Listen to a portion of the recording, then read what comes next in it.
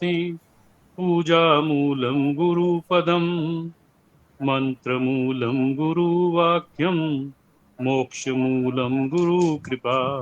ओम। बहुत अच्छे।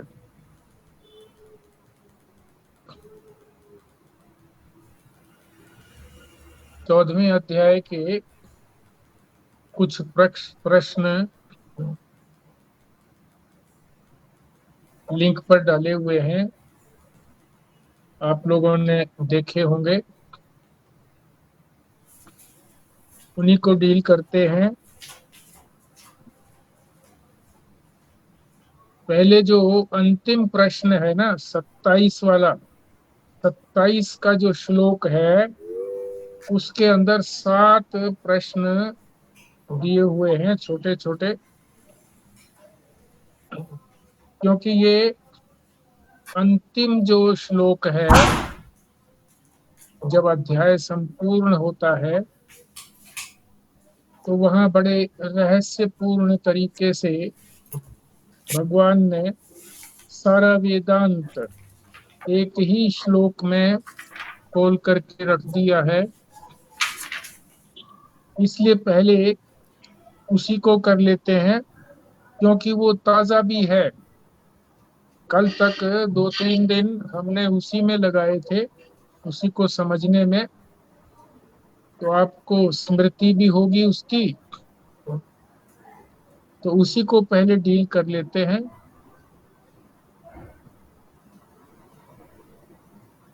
तो कौन बोलेंगे? खुराना साहब बोलेंगे। 27वें श्लोक में जो 7 प्रश्न दिए हुए हैं, एक एक प्रश्न करके बोलिए आप। प्रश्न पहला, अहम किसको विषय करता है? ठीक। आइए। जिसे इसका उत्तर आता है, एक एक पंक्ति का उत्तर है, मेरे को जिसे आता है वो बोले। एक डाउट है हाँ जी, कि विषय का हाँ क्या जी, मतलब है? आपने यहाँ लिखा है ना वर्ड विषय। हाँ हाँ। मतलब किसको किसको संबोधित करता है, किसको बताता है। विषय का मतलब किसको बताता है, किसको ग्रहण करता है, ये मतलब है। प्रत्यगात्मा को। आत्मा हाँ को। हाँ, ठीक बात है। प्रत्यगात्मा को विषय करता है, यानी उसकी तरफ लक्ष्य करता है, इशारा करता है, उसको बताता है। वो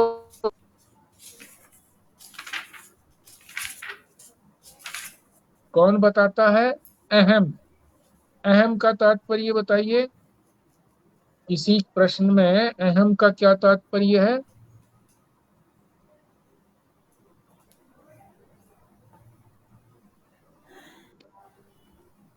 शुद्ध आत्मा, जो कि ना हमारा शरीर है, ना मन है, ना बुद्धि है, ना अहंकार है, ना अंतःकरण है, वो मैं हूँ।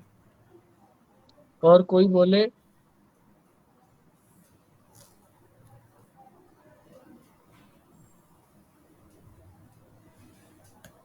हम कृतज्ञ आत्मा। है जी, कैसी आत्मा? अंकल ने बोला प्रत्यगात्मा, प्रत्यगात्मा बोला अंकल। प्रत्येक आत्मा कैसे होएगा? वो तो इशारा करता है ना उसकी तरफ, लक्षित करता है, लक्ष्य करता है उसको, अहम के आप क्या बताता है। स्वरूप, अहम का स्वरूप पूछ रहे हो? जैसे अविनाशी, अविकारी, नित्य, ये कहना चाहते हो? नहीं, मैं नहीं पूछ रहा, ये अहम का जो यहाँ तात्पर्य है वो पूछ रहा हूँ। यहाँ क्या तात्पर्य है?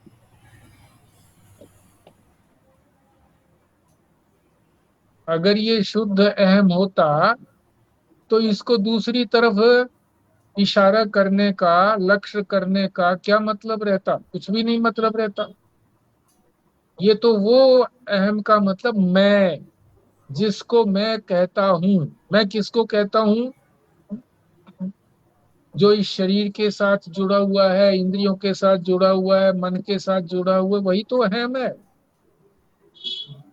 वो उधर बताता है, इशारा करता है कि वो अहम आत्मा, वो प्रत्यक आत्मा वो है, असली वो है, उधर इशारा करता है। और ये हमारा नित्य का अनुभव है। अगर शुद्ध आत्मा, शुद्ध स्वरूप हमारा नित्य का अनुभव होता तो बात ही खत्म हो गई होती। फिर तो हमारा अनुभव है ही है शुद्ध आत्मा का। फिर क्या देखना, क्या सुनना, क्या स्वाध्याय करना, कुछ नहीं। तो इसलिए ये वो मैं है जो शरीर, यानी स्थूल शरीर और सूक्ष्म शरीर दोनों के साथ जुड़ा हुआ है। अहंकार है ये। अहम का मतलब ये अहंकार। जी ठीक है, इसमें किसी को वो शक है, शंका है तो बताइए। अगर हम इसको शुद्ध आत्मा माने तो हम तो बहुत बार इसको शुद्ध आत्मा ही कहते थे अहम को। नहीं, अगर हमने बताया ना जैसे कि अगर शुद्ध आत्मा इसको माने, इसका तो हमें नित्य प्रति अनुभव है। इसी श्लोक में बताया है कि हम नित्य प्रति मैं का तो अनुभव करते ही हैं। हर व्यक्ति अनुभव करता है, हर प्राणी मैं कहता है। जब अनुभव ही करता है, शुद्ध का ही अनुभव करता है, तो बात खत्म हो गई। यहाँ तो उस मैं का जिक्र है जो अहंकार रूपी में है, जो अहंकार इस शरीर के साथ, इंद्रियों के साथ, मन बुद्धि के साथ जुड़ा हुआ है। और वो सभी लोग ऐसा कर रहे हैं, मैं कर रहे हैं। वो इशारा कर रहा है कि मेरे को पकड़ करके आप वहां तक पहुंचिए, मेरे को खोजिए, मेरा असली स्वरूप खोजते खोजते उस प्रत्यक आत्मा तक पहुंचिए। तो ठीक इसका समझ मतलब, आए? हाँ जी, इसका मतलब हुआ अहम जो है वो एक तरह से जीवात्मा है और प्रत्यक आत्मा जो है वो शुद्ध आत्मा है। हाँ हाँ, ये कहें तो ठीक है।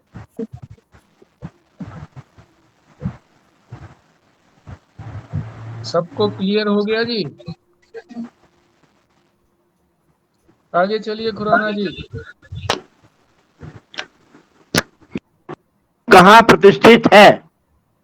हाँ जी, ब्रह्म कहाँ प्रतिष्ठित है?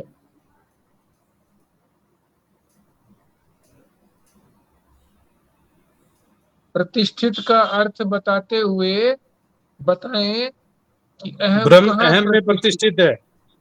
ब्रह्म अहम में प्रतिष्ठित है। ठीक, प्रतिष्ठित का अर्थ बताइए। जो नियम से रहता है, इसका मतलब वो प्रतिष्ठित है। हाँ, जहाँ नियम से रहता है। यहाँ पे जो नियम, तो हो गया ना ब्रह्म। हाँ, यहाँ पे नियम से वो क्या मतलब है? हर समय रहता है, मैं को कभी भूलते ही नहीं है हम। ब्रह्म है तो वो ब्रह्म, जिस मैं को हम कभी भूलते नहीं है, सुषुप्ति में भी, गहरी नींद में भी नहीं भूलते हैं, उसके अंदर ब्रह्म प्रतिष्ठित है। उसी में ब्रह्म रहता है। ब्रह्म और कहीं नहीं है, यहाँ ही है।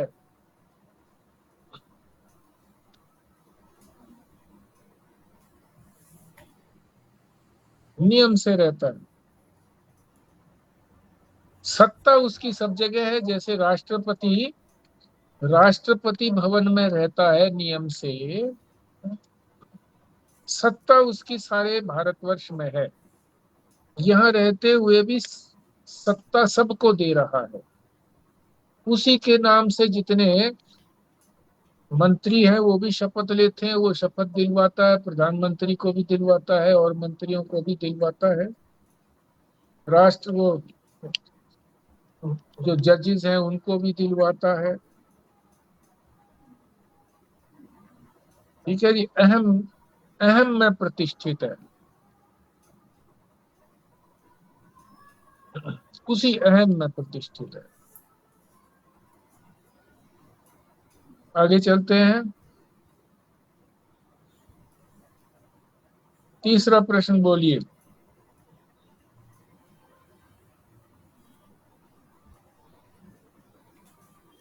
खुराना जी।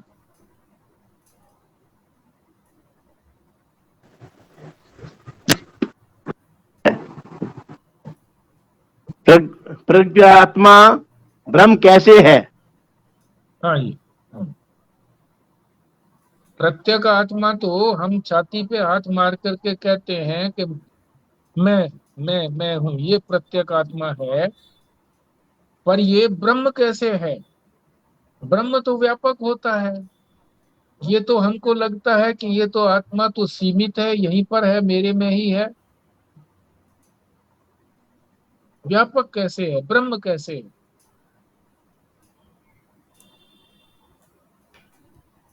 ये हमें शास्त्र से पता लगता है। और कोई बोले?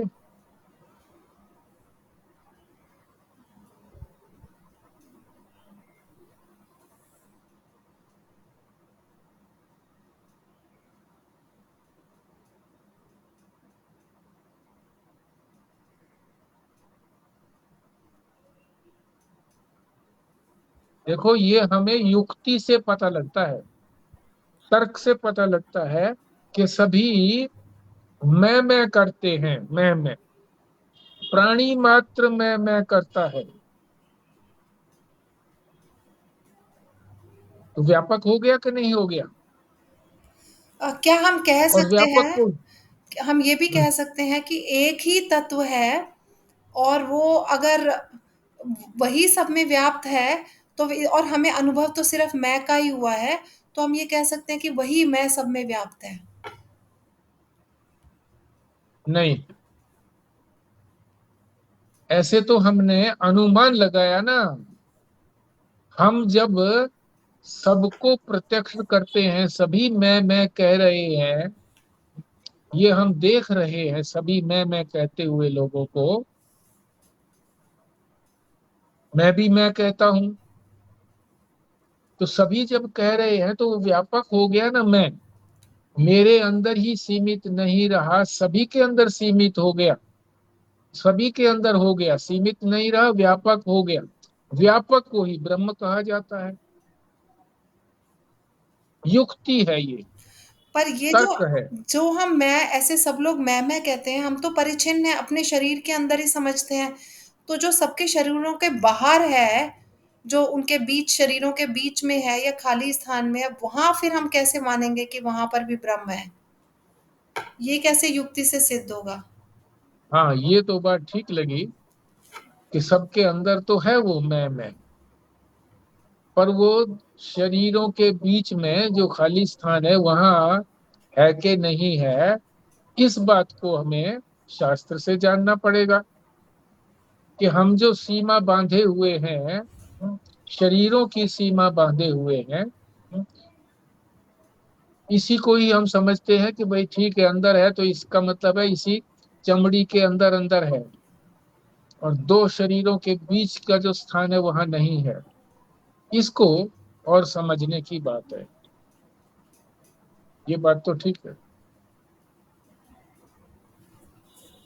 तो यानी तर्क से भी, युक्ति से भी वो पूरी तरह सिद्ध नहीं हुआ।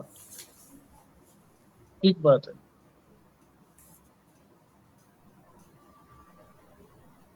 आगे चलिए, चौथा प्रश्न खुराना जी।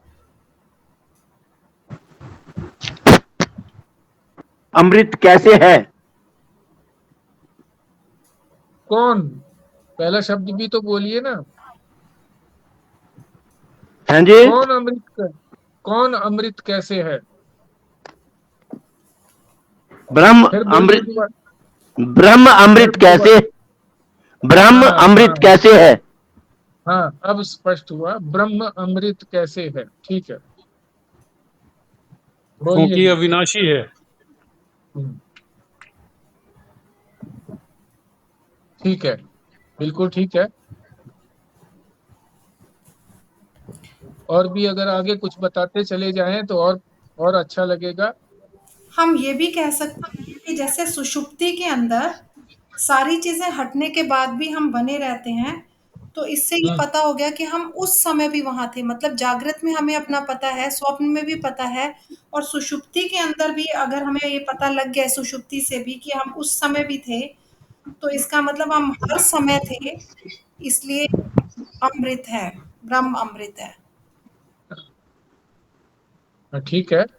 इसी को अगर इस ढंग से कहेंगे, हमारा अनुभव लेकर के कहेंगे कि कभी मुझे ये अनुभव नहीं होता कि मैं नहीं हूं, मैं नहीं हूं, ये कभी किसी को अनुभव नहीं होता। सुषुप्ति में भी अनुभव नहीं होता। कोई ऐसा स्थल है जहां ये अनुभव होता है कि मैं नहीं हूं? बोलिए।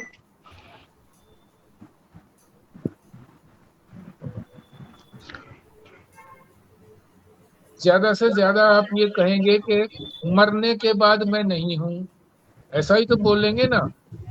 पर मेरा अनुभव तो नहीं है ना कि मैं नहीं हूं। उस अंतराल के बीच में मेरी मृत्यु हुई और फिर दूसरे शरीर में प्रवेश किया, जो बीच में एक क्षण का भी जो समय बीता, उस समय में भी क्या मेरे को ये अनुभव है कि मैं नहीं हूं? मैं नहीं हूं, ये मुझे कभी भी अनुभव नहीं होता, तीनों कालों में नहीं होता। ऐसा कोई काल नहीं था जब मुझे ये अनुभव हुआ कि मैं नहीं था, नहीं हूं, और अब भी मुझे ये नहीं अनुभव हो रहा कि मैं नहीं हूं। है? आगे भी मुझे ऐसा नहीं अनुभव होगा। इस चीज को कर छोड़ो, तीनों कालों की बात को, फिर ये भविष्य की बात जो है हम कैसे सिद्ध करेंगे? मगर इतना ही कहना पर्याप्त है कि मुझे कभी भी ये अनुभव नहीं हुआ, नहीं होता है कि मैं नहीं हूं। इसका मतलब मैं हूं, अमर हूं। तो बहुत बड़ा भय दूर हो गया हमारा मृत्यु का, कि हम जो ये सोचते हैं कि मैं मरूंगा, दूसरों को मरते हुए देखता हूं इसलिए भी मैं समझ लेता हूं, अनुमान लगा लेता हूं कि मैं भी मरूंगा, धीरे धीरे क्षीण होता हूं। है? बुढ़ापा आता है तो लगता है कि सारा ही क्षीण हो जाऊंगा, फिर मृत्यु के ग्रास में चला जाऊंगा। मगर मुझे अनुभव कभी भी नहीं होता कि मैं नहीं हूं। ये मेरा स्वयं का अनुभव है, साक्षात अनुभव है। इसलिए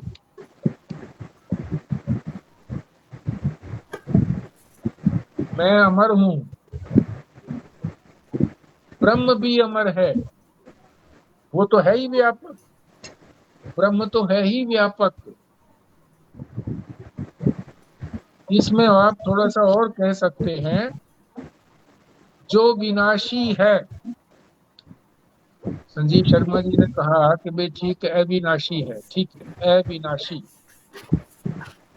तो इससे क्या इन्फ्रेंस निकला कि जो विनाशी है उसको हटाते चले जाओ। ये शरीर विनाशी है, क्षण क्षण बदल रहा है, विनाश होगा। ये इंद्रियां क्षीण हो रही है, पहले चश्मा नहीं लगाते थे, फिर चश्मा लगाते हैं, फिर चश्मे के बाद भी उतना नहीं दिखता है। वाणी भी उतनी प्रबल नहीं है, इंद्रियां भी क्षीण हो रही हैं, मन भी क्षीण हो रहा है, बुद्धि भी क्षीण हो रही है, स्मृति नहीं रहती है, भूल जाती हैं चीजें। तो जो विनाशी है उसे हटाते चले जाओ, तो जो बचेगा वो ब्रह्म बचेगा, आत्मा बचेगा।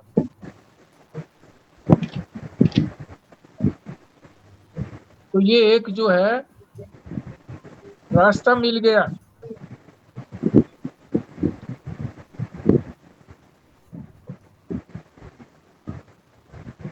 इस चीज का रास्ता मिल गया, अपने स्वरूप को जानने का।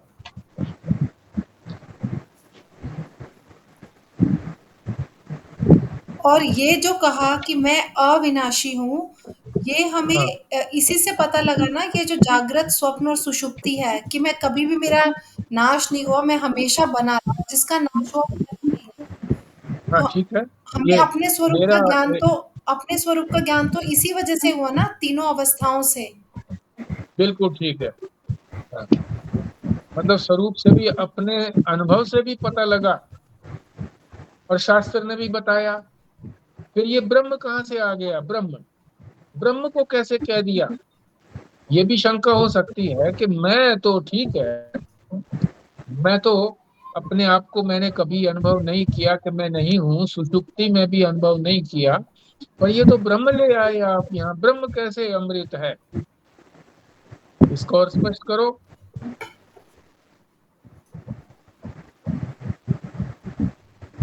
क्योंकि ये सब में ये जो मैं है ना, सबने यही अनुभव किया कि ये कभी भी नहीं मरता, और तत्व एक ही है, तो इसका मतलब ये ब्रह्म तत्व ही है एक, जो कि अविनाशी है।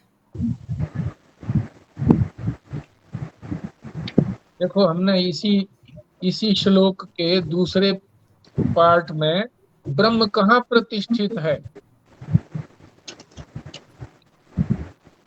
यही तो हुआ था ना, अहम में, मेरे में प्रतिष्ठित है ब्रह्म। मैंने अपने आप को अमर जान लिया कि मैं नहीं हूं, ऐसा मुझे कभी अनुभव नहीं है, और मेरे में ही ब्रह्म प्रतिष्ठित है। तो ब्रह्म प्रतिष्ठित है तो ब्रह्म ब्रह्म भी अमृत हो गया, इसीलिए कहा गया अमृत है, ब्रह्म अमृत है, क्योंकि मैं में प्रतिष्ठित है ब्रह्म, हर समय मैं में रहता है। ठीक है जी, आगे चलिए खुराना जी।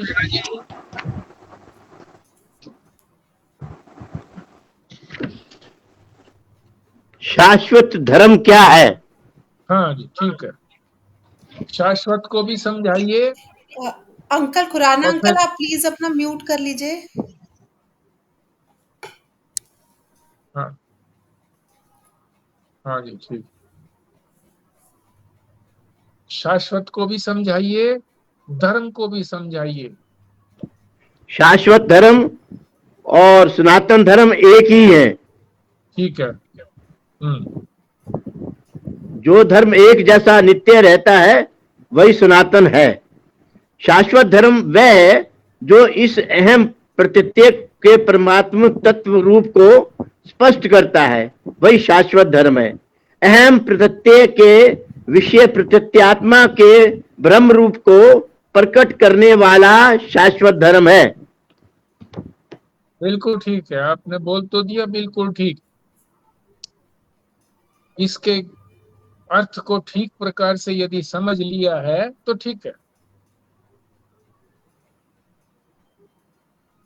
स्पष्ट करिए, इसको आप करिए या और कोई भी स्पष्ट करे कि जो इन्होंने बोला है वो है तो ठीक, बिल्कुल शब्द बिल्कुल ठीक है, पर उसके तात्पर्य को समझ पाए हैं क्या हम लोग?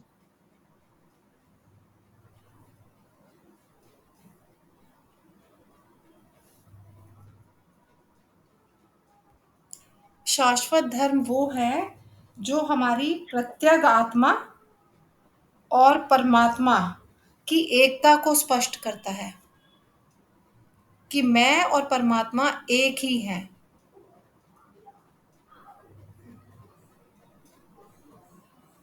ठीक है, ऐसा भी कह सकते हैं, ऐसा भी ठीक है। हमेशा अहम, रहने वाला। हाँ जी, बोलिए विमला जी। शाश्वत धर्म हमेशा रहने वाला, जो हमेशा रहता है। हाँ, वो तो ठीक है, शाश्वत का तो अर्थ समझ में आ गया, शाश्वत धर्म।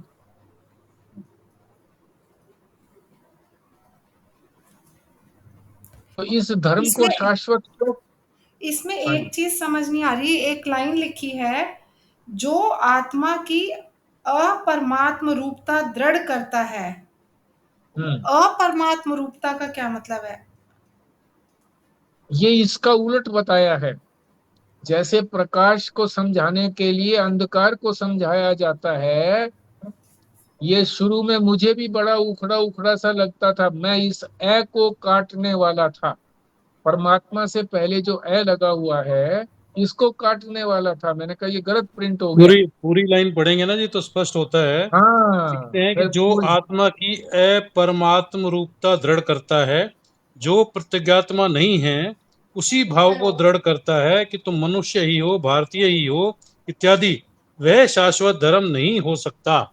ये जो लाइन आ गई ना जी, हाँ, वह शाश्वत धर्म नहीं हो सकता। अब वो शाश्वत जो धर्म नहीं जो हो इस चीज को सकता। करता हो कि अपरात्मा रूप को दृढ़ करता हो, प्रत्यगात्मा नहीं है उस भाव को दृढ़ करता है, तुम मनुष्य हो, भारतीय हो, इसको जो हाँ, करता है वो शाश्वत धर्म नहीं है। तो ये हाँ, आखिरी ये में तो जो ठीक, लाइन लिखी है ना, शाश्वत धर्म बिल- नहीं हो सकता, इससे क्लियर बिल्कुल हो ठीक, जाता बिल्कुल ठीक है। हाँ जी, ठीक क्योंकि है। है। और एक थैंक यू। शाश्वत धर्म के बारे में एक जगह और ये लिखा है जी, आनंद हम्म, को जो प्राप्त कराने वाला है वही शाश्वत धर्म है। हाँ ठीक है, बिल्कुल इसी में भी आगे ही लिखा हुआ है ये। इसको भी जरा स्पष्ट करें कि आनंद को कैसे प्रकट करता है ये, शाश्वत होते हुए आनंद को कैसे प्रकट करता है, ये भी बता दीजिए। वो आत्यंतिक दुख निवृत्ति का कारण वही है।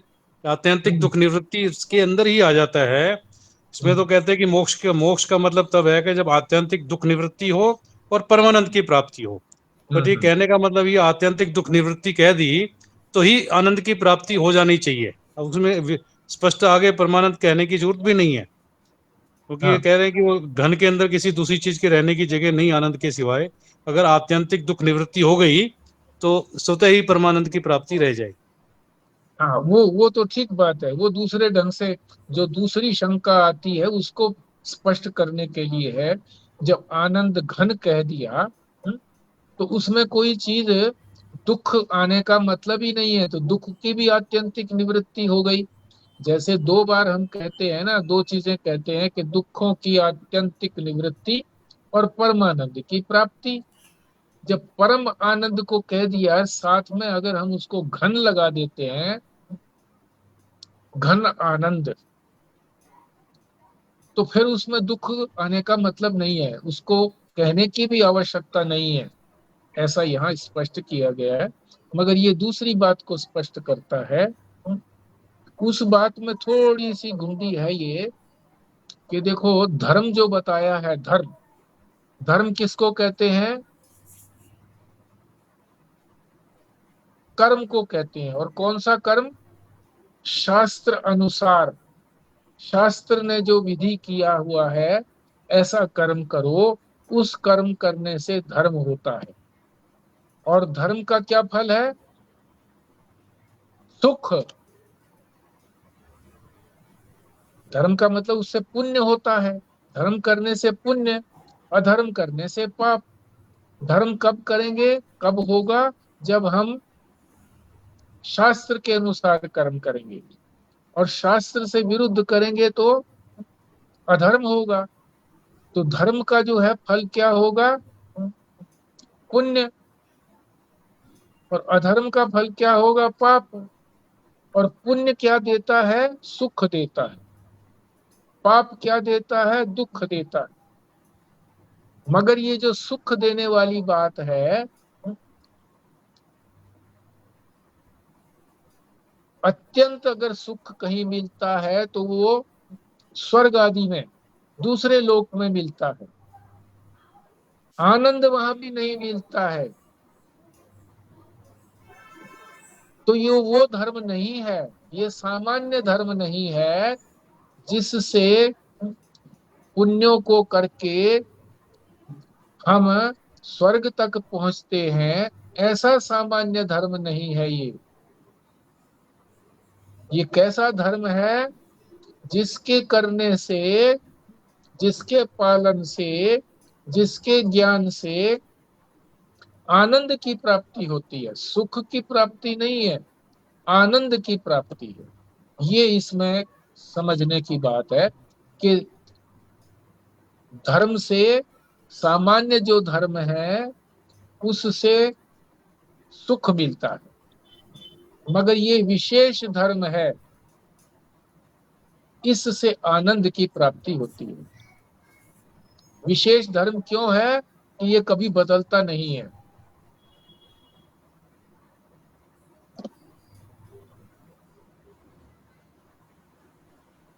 तो शाश्वत धर्म का क्या अर्थ लगाएंगे? जो अहम के, मैं का, परमात्म स्वरूप को स्पष्ट करता है कि केवल ये आत्मा आत्मा ही नहीं है, ये परमात्मा भी है, ऐसा धर्म है। आत्मा ही ब्रह्म है, इस बात को स्पष्ट करता है, इसीलिए इसको शाश्वत धर्म कहते हैं। इसका कभी विनाश नहीं होता।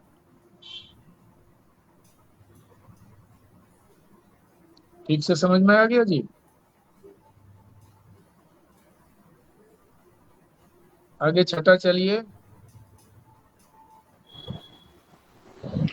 संसार के ज्ञान और स्वयं ज्ञान में क्या अंतर है? ठीक है। एक संसार का ज्ञान है, एक स्वयं का ज्ञान है, अपना ज्ञान है, आत्मज्ञान है। उसमें क्या अंतर है?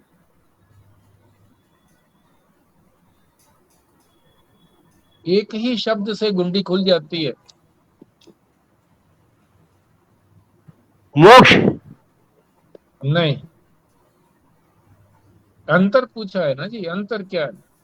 दो चीजों का अंतर पूछा है। संसार का जो ज्ञान हमको मिलता है वो कैसे मिलता है, और जो ये परमात्मा का ज्ञान मिलता है, जो स्वयं का ज्ञान है, अपना ज्ञान है, इसमें क्या अंतर है? ये कैसे मिलता है? क्या प्रक्रिया है? संसार का ज्ञान तो इंद्रियों से होता है ही, और संसार का उसको ज्ञान कहने की बजाय अगर जानकारी कहें तो ज्यादा बढ़िया रहेगा, क्योंकि ज्ञान ज्ञान तो सिर्फ परमार्थ विषय की हो सकता है। परमार्थ के बारे में जो किया जाए वही ज्ञान है, और दूसरा स्वयं का जो ज्ञान है वो शास्त्रों से और गुरु के वाक्यों से, उनसे मिल सकता है। देखो, ज्ञान जो है स्वयं, उसको हम, मैं भी बोलना हाँ जी, चाहती हूँ, जो स्वयं का ज्ञान है वो हमारा अपना अनुभव है, और जो संसार का ज्ञान है वो तो इंद्रियों से, जैसे भैया ने बोला वैसे ही है। देखो एक तो ये समझ लें कि ज्ञान में कोई अंतर नहीं है। वो भी अनुभव का ज्ञान है, कोई वाचक ज्ञान नहीं है, शाब्दिक ज्ञान नहीं है। जैसे घड़े को हमने देखा तो घड़े का ज्ञान हुआ, कोई वाचिक ज्ञान थोड़ा ही है। अनुभव का ज्ञान है कि घड़ा है, वाचिक ज्ञान नहीं है। ज्ञान में अंतर नहीं है। देखो एक शब्द है, जो भी संसार का हमको ज्ञान होता है वो वृत्ति रूपा ज्ञान है, वृत्ति बनती है हमारी। ज्ञान की वृत्ति बनती है। किसी भी पदार्थ को जब जब हम जानते हैं, जैसे इंद्रियां हमारी गई उस पदार्थ के पास, तो इंद्रियां जो है जड़ है, उसके साथ चेतन भी जाता है, वहां जाकर के उस सारे पदार्थ को घेर लेता है, और चेतन उसको प्रकाशित कर देता है, और हमको ज्ञान हो जाता है, उस विषय का ज्ञान हो जाता है, उस पदार्थ का ज्ञान। तो उसको कहेंगे वृत्ति। जो इंद्रियां वहां पर जाती हैं, ये वृत्ति बनती है, वृत्ति बनती है, वृत्ति रूपा ज्ञान है। संसार का ज्ञान सारा वृत्ति रूपा ज्ञान है, और ये जो स्वयं का ज्ञान है, अपना ज्ञान है, परमात्मा का ज्ञान है, इसमें कोई वृत्ति नहीं बनती है। चेतन को हम साक्षात देखते हैं, चेतन का स्वयं का ज्ञान होता है हमको, किसी के सहायता की आवश्यकता नहीं है। वृत्ति ज्ञान में तो इंद्रियों की सहायता, फिर वहां अंधकार को दूर करने के लिए प्रकाश होना चाहिए। रात्रि में कोई वस्तु कहीं पर पड़ी है, रास्ता ही मान लो देखना है, हमने रात्रि में जा रहे हैं, तो हमारी आंख भी ठीक होनी चाहिए, और हमारे पास टॉर्च भी या लालटेन भी होनी चाहिए, तब हम उस वस्तु का ज्ञान करेंगे। पर अपना ज्ञान के लिए हमको कोई प्रकाश की जरूरत नहीं है। अंधकार में बैठे हैं तो भी हमें पता है कि मैं हूं। किसी वृत्ति की जरूरत नहीं है कि वृत्ति बनाएंगे हम। हूं, तुरंत उत्तर आता है हूं। देखो, एक बार अंग्रेजी के किसी लेसन के अंदर ये बात आई थी कि एक अंधा जो था वो हाथ में लालटेन लिए हुए चल रहा था। तो किसी ने देखा कि भाई ये अंधा है, ये लालटेन लिए हुए क्यों जा रहा है, दिखता तो इसको है नहीं, फिर लालटेन क्यों लिए जा रहा है। उससे पूछा तो पता है तो क्या उत्तर दिया उसने, मुझे तो नहीं दिखता मगर औरों को तो दिखता है, वो मेरे से टकरा ना जाए, इसलिए मैं लालटेन लिए हुए हाथ में चल रहा हूं कि दूसरे मेरे से टकरा ना जाए। तो आंखों का होना भी जरूरी, प्रकाश का होना भी जरूरी।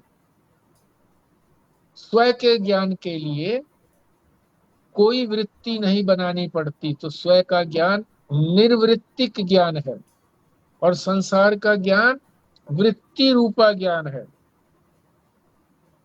ठीक समझ गए जी आप? ये ज्ञान की प्रक्रिया है। जो प्रक्रिया संसार के पदार्थों के ज्ञान की है वो बताई कि हमारी वृत्ति यानी चेतन भी साथ जाता है और इंद्रियां भी साथ जाती हैं, पदार्थ को घेर लेती हैं और वहां पर वो प्रकाश कर देता है। इंद्रियां देख लेती है, चेतन प्रकाश कर देता है, इंद्रियां देखती हैं और हमें ज्ञान हो जाता है। ये प्रक्रिया है संसार के ज्ञान की। मगर ये प्रक्रिया अपने ज्ञान की नहीं है, आत्म ज्ञान की नहीं है, परमात्म ज्ञान की नहीं है, स्व ज्ञान की नहीं है। ये तो हम साक्षात देखते हैं, अपने आप को स्वयं देख रहे हैं, जान रहे हैं। ठीक है जी। ये तत्व रूप से नहीं जान रहे, ये तो बात ठीक है। जब तत्व का उद्घाटन शास्त्र कर देता है कि ये तत्व ऐसा है, तो इस बात को सुनते ही अपना ज्ञान हो जाता है, भाई ऐसा है तत्व। बस आगे चलिए, अंतिम है। आत्मा को जानने से मोक्ष कैसे हो जाता है? हाँ जी, बोलिए।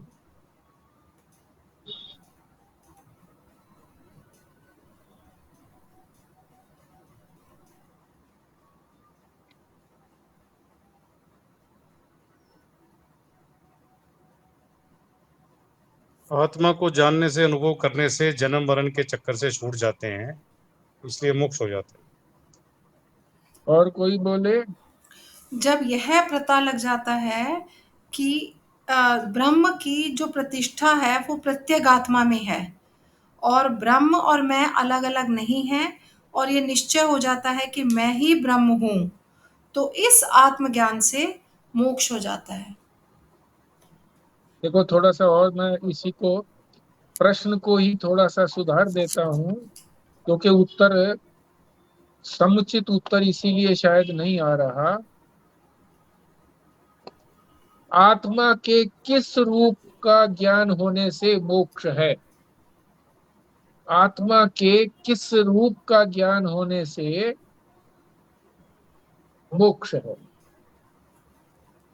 आत्मा के किस रूप को जानने से मोक्ष है? किस रूप को? ये वही नहीं है जिसमें ये कहते हैं कि मैं ब्रह्म हूँ, इसके अतिरिक्त कुछ भी नहीं हूँ। हाँ, तो ब्रह्म शब्द जोड़िए ना। आत्मा की ब्रह्म रूपता को जानना ही मोक्ष है। आत्मा का जो रूप है ब्रह्म रूप है, आत्मा का व्यापक रूप है, इसको जानना ही तो मोक्ष है, ब्रह्म रूपता।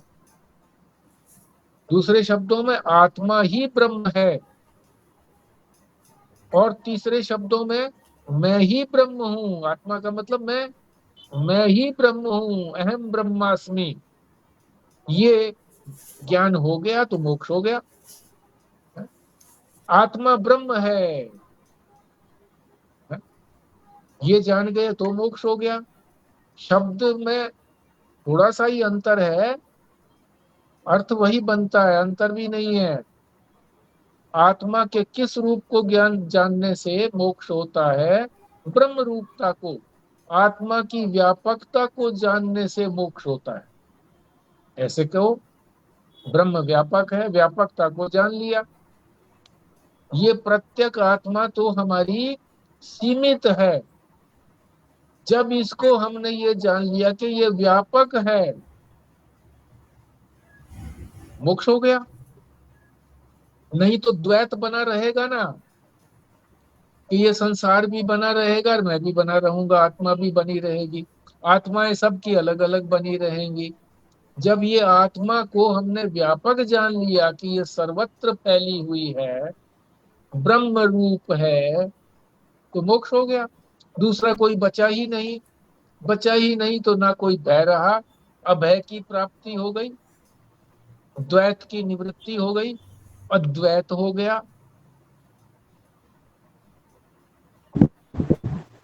ठीक से समझे? व्यास जी, हाँ हाँ हाँ, जी। ये ब्रह्म कहाँ प्रतिष्ठित है वो आ गया उसमें आत्मा में, हाँ तो जी। ये तो इसका जवाब आ गया कि आत्मा ही ब्रह्म है, रूपता हाँ एक है, और हाँ जानना ही मोक्ष है, आत्मा ही और मैं ही ब्रह्म हूँ।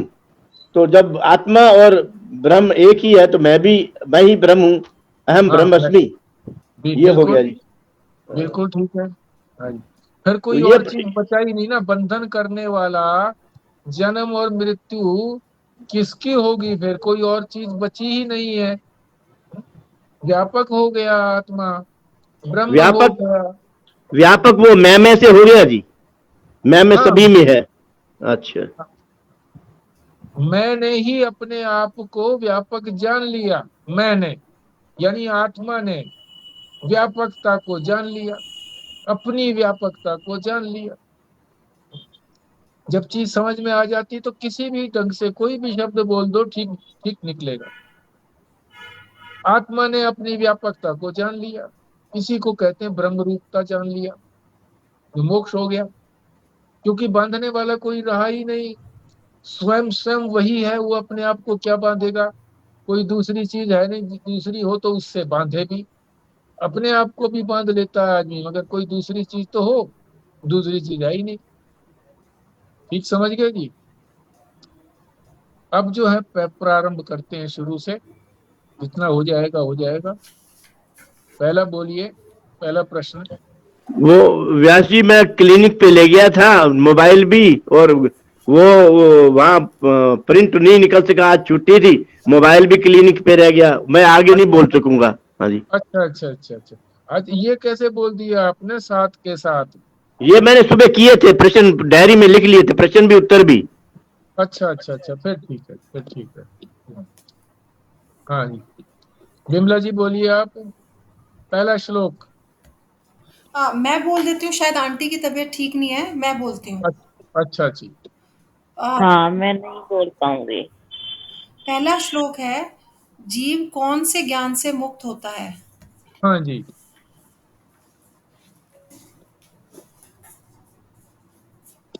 ये सब उलट फेर करके वही बात आ रही है।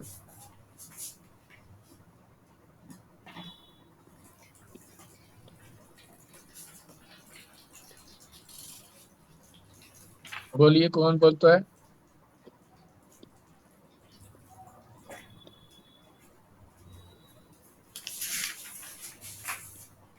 अभी अभी चर्चा चल रही थी ना, मैं ब्रह्म हूँ, अहम ब्रह्मास्मि, इस ज्ञान से मुक्त होता है।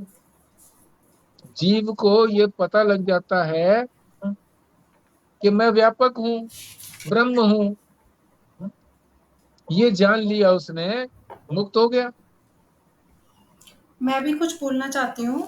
हाँ जी। जब बुद्धि में ये दृढ़ हो जाए कि मैं ब्रह्म हूँ और कोई भी संशय विपर्य ना रहे, और तब फिर हम बोलेंगे कि उसी का नाम मोक्ष है। हाँ ठीक है, ठीक है। हाँ,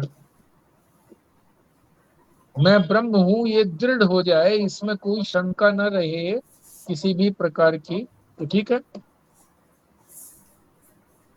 आगे चलो।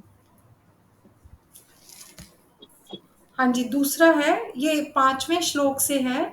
देही कौन से ज्ञान से मुक्त होता है, उसे गुण कैसे बांधते हैं। हाँ, और गुण बंधन से छूटता भी कैसे है। तो इसमें जो है ना, ये देही, ये लिख दिया है ना, देही कौन से ज्ञान से मुक्त होता है, ये रिपीटिशन हो गया, तो मैंने काटना उचित नहीं समझा इसको। देही, यही चीज है ना, देही कौन से ज्ञान से मुक्त होता है, जीव कौन से ज्ञान से मुक्त होता है, वही बात है ये भी। हाँ, वही अपनी ब्रह्म तो रूपता से। हाँ, इसको तो छोड़ दीजिए, आगे बोलिए कि गुण कैसे बांधते हैं, और गुण बंधन से छूटता भी कैसे है। गुण जो बांध देते हैं तो छूटता कैसे है? ये बोलिए।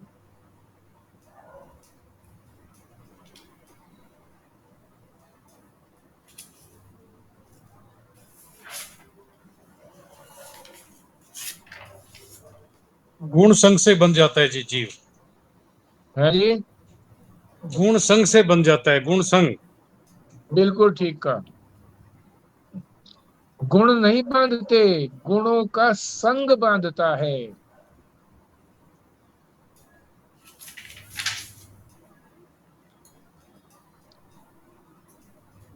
इसीलिए असंगता की बात कही गई है, हर स्थान पर असंगता असंगता असंगता। गुण क्या है? गुण भी तो अविद्या के कार्य हैं। ये शरीर, इंद्रियां, मन, बुद्धि है, ये गुण ही तो है, सारे गुण ही इस शरीर रूप में और इंद्रियां और मन बुद्धि के रूप में बने हुए हैं। और इनके साथ जब हमारा संग होता है तो हम बंध जाते हैं। तो संग ही बांधता है।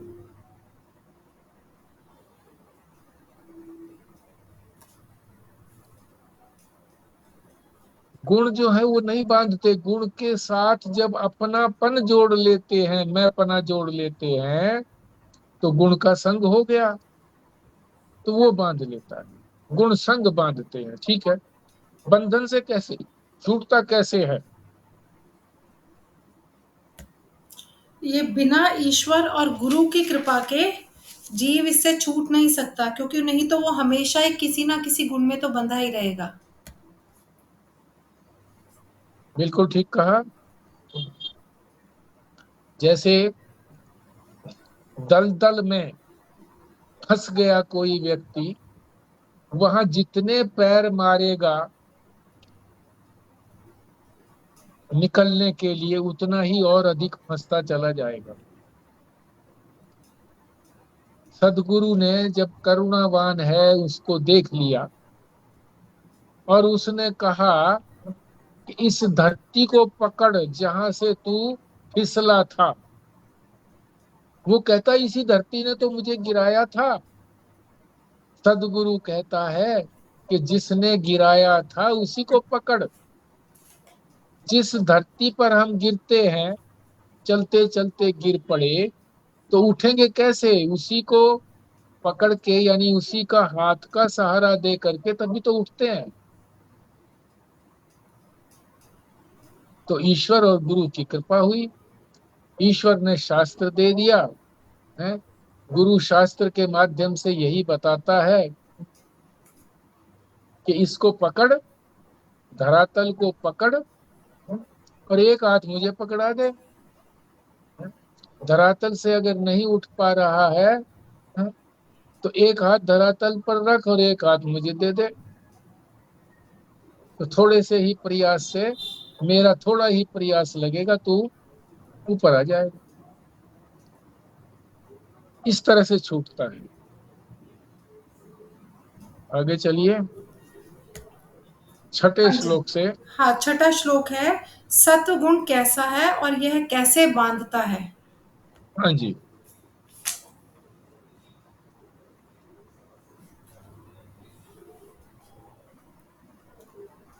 सत्व गुण की विशेषता बताइए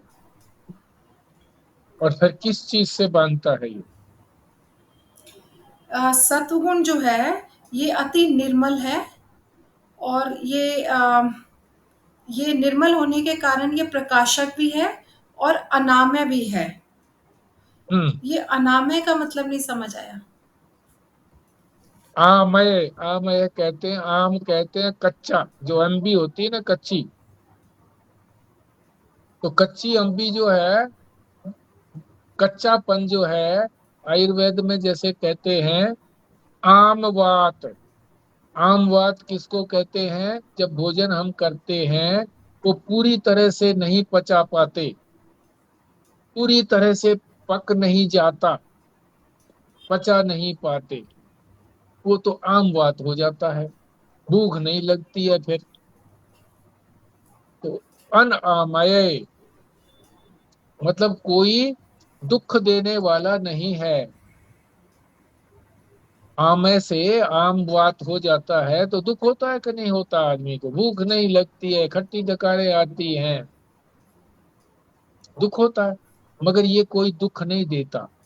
अनआमय का मतलब दुख नहीं देना, दुख देने वाला नहीं है, कष्ट देने वाला नहीं है। ठीक है जी।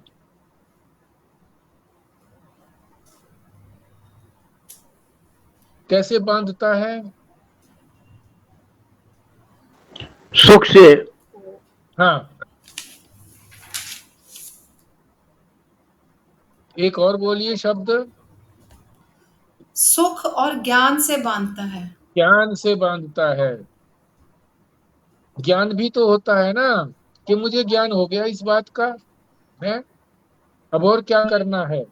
सारे शास्त्र पढ़ लिए, ज्ञान हो गया, अब और क्या करना है? हम्म?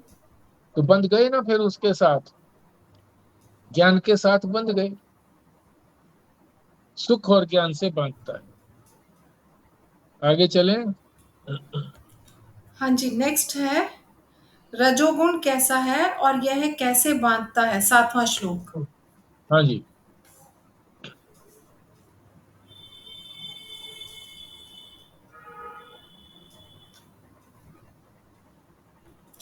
ये रजोगुण रागात्मक है, ये रंग देता है, और ये दो चीजें पैदा करता है, तृष्णा और आसंग।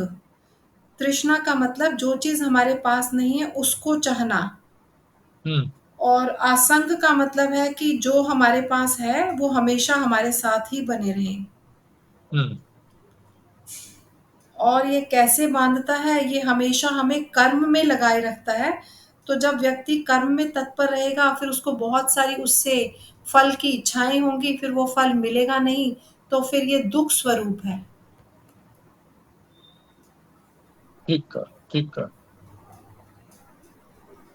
क्यों जी संजीव शर्मा जी, ठीक है? हाँ जी ठीक है जी। हाँ ठीक है। आगे चलिए। आठवां श्लोक है, तमोगुण का स्वभाव कैसा है और यह कैसे बांधता है। हाँ जी।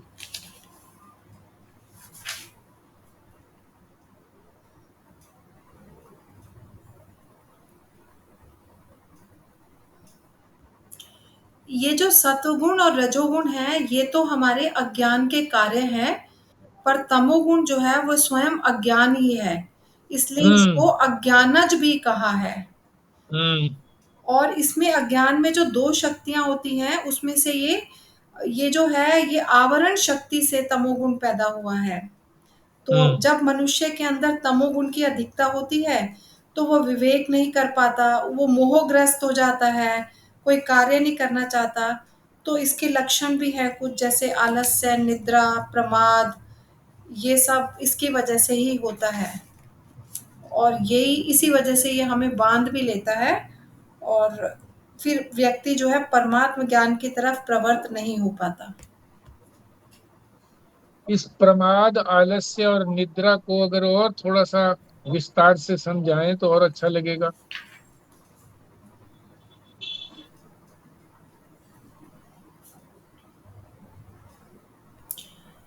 आलस्य का मतलब है कि किसी भी कार्य को करने का उत्साह ना होना। और निद्रा तो हमें पता ही है, जब इंद्रिया और मन जब क्रिया नहीं करते तो उसको निद्रा कहते हैं। और प्रमाद का मतलब है असावधानी, हम्म।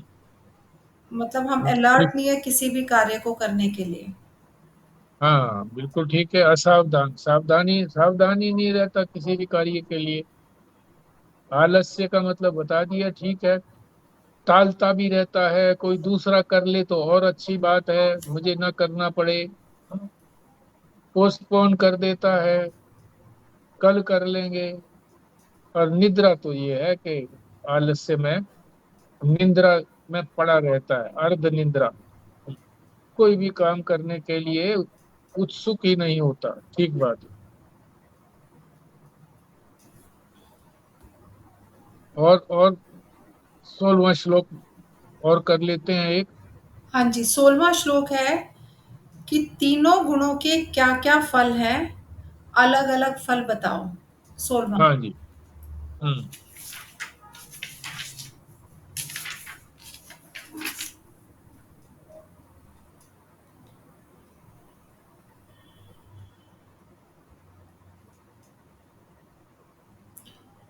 ये सत्व गुण से है जो हमें निर्मल फल मिलता है।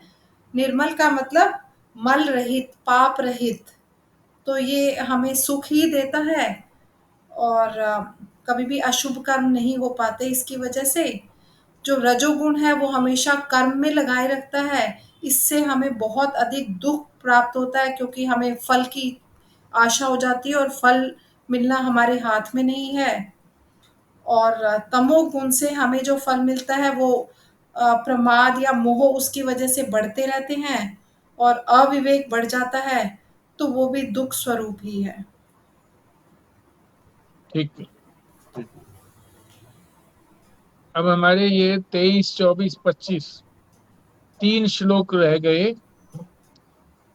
तो इनमें से प्रश्न में तो ये दिया है कि किसी एक श्लोक में बताए गए लक्षण बताओ। पर हम इसको कल जो है ना, तीनों श्लोकों के अंदर क्या क्या लक्षण बताए गए हैं इनको एक बार समझ लेंगे। गुणातीत के लक्षण पूछे है ना, गुणातीत के। तो तीन श्लोकों के अंदर गुणातीत के लक्षण बताए गए हैं। 23 से लेकर के 25 तक, 23, 24, 25 तीन श्लोकों में गुणातीत के लक्षण बताए गए हैं। तो इन सारे गुणातीत के लक्षणों को याद कर लेना चाहिए, है? ताकि हमारे सामने लक्ष्य बना रहे कि हमें भी ऐसे होना है। जो सिद्ध है उसे तो प्रयत्न नहीं करना पड़ता, उसको तो ये ये हो गए हैं सारे लक्षण। मगर हमारे लिए जो है वो प्रयत्न करने के लिए, उत्साह देने के लिए कि ये करो ताकि वहां पहुंच पाओ। इसको हम कल कर लेंगे। आज यहीं पर विश्राम लेते हैं। ठीक है जी। खुराना जी, करिए पूर्ण आहुति।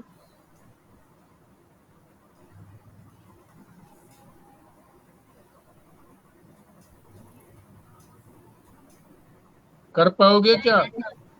हाँ जी, हाँ जी, हाँ हाँ करिए। जी। हाँ करिए पूर्ण आहुति। ओम पूर्णमदः पूर्णमिदं पूर्णात् पूर्णमुदच्यते पूर्णस्य पूर्णमादाय पूर्णमेवावशिष्यते। ओम शांति शांति शांति। नारायण। नारायण। नारायण। नारायण।